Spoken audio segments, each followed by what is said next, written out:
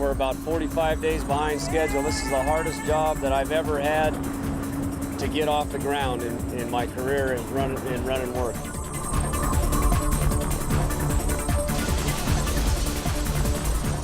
I mean, we hit the job, we thought we had a clean job. We were going to start the demolition and get going, and we've had nothing but problems. Asbestos, lead, microbial mold in the basement, and it just goes on and on.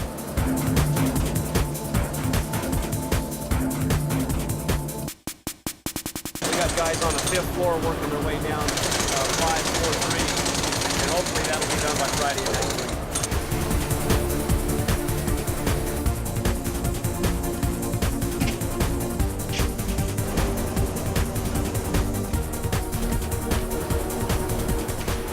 It would have been better if we could have left this, but hey, we got to take what we can get. That's right. It's coming along, slowly but surely. It's been a fight, a struggle, but it's coming along.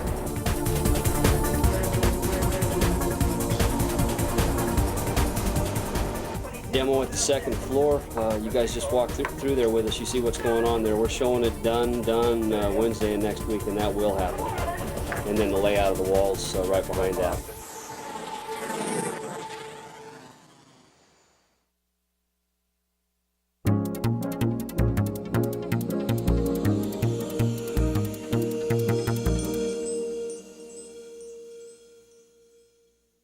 Arts don't thrive anywhere unless there's a place for artists to create, perform, and exhibit their work. And real estate becomes, in a very odd way, the driving factor on whether or not communities have a thriving art scene.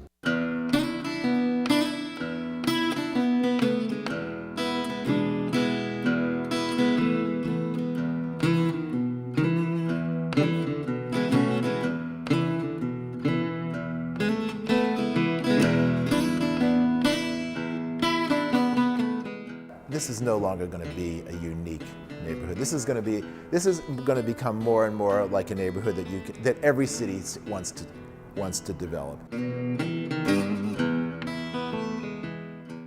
So we're really in a crisis situation. Pioneer Square will have no more artists in another few years if we don't secure a few buildings that will give us that long-term ability.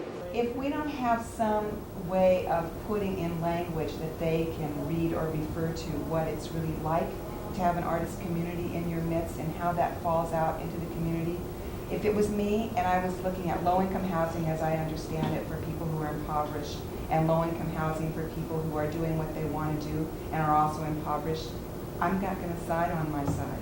The oldest story in the arts is the urban pioneers are the first victims of the transformation of that neighborhood because they can't any longer afford the rents as the leases expire and the market rate increases. They're often out looking for the next neighborhood to pioneer.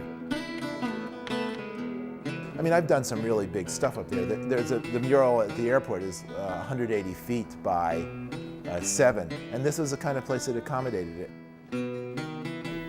And it was funny because I got kicked from that place just as I had this big project and no place to do it. And that's what's happening to me now. Is historic preservation only about preserving building stock? What about preserving those community characteristics that have become recognized locally and nationally as being examples of what this neighborhood is all about? I feel, I guess there's some little bit of bitterness that I have to go. I sort of feel like the family that owns the building, to the extent that, I have been the beneficiary of low rent. On the other hand, I've done a lot for this building. I found the tenants upstairs. I made this building viable. So, yeah, this is sort of the where I archive everything, and I've been here for the long haul. I was willing to make a major. I've got probably $60,000, $70,000 in this building. I know that's not a lot for a middle-class person, but for me, it's been, I've really put my heart and soul into this building.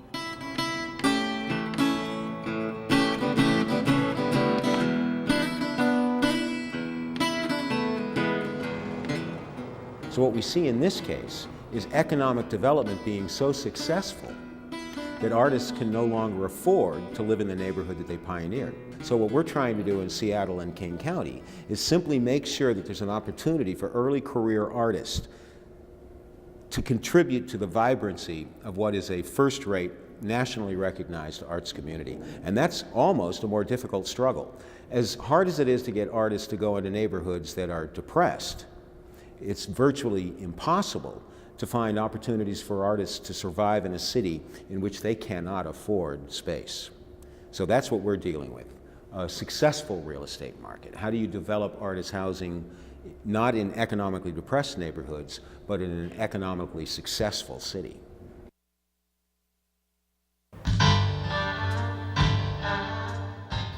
Sierra Arts and Art Town are pleased to present 3 performances today by the dancing rock climbing group Project Bandaloop to live music performed by Rock Tango. Project Bandaloop turns the dance floor onto the vertical plane to create their unique art form.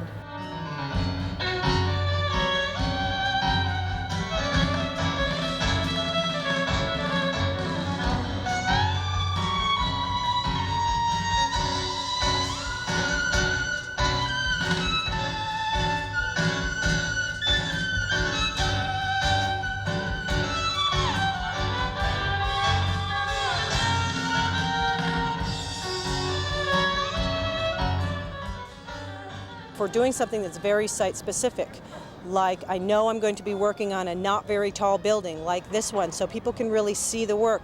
This particular piece I made with the idea that it's sort of more intimate. You can see the details of the gestures and so on. And so I made 3 duets, which are not tangos per se, but they're meant to be really descriptive of relationship kind of things. Mm-hmm. And they are somewhat detailed. I mean, they're big moves too, but it really is a little bit more detailed because it's a small building.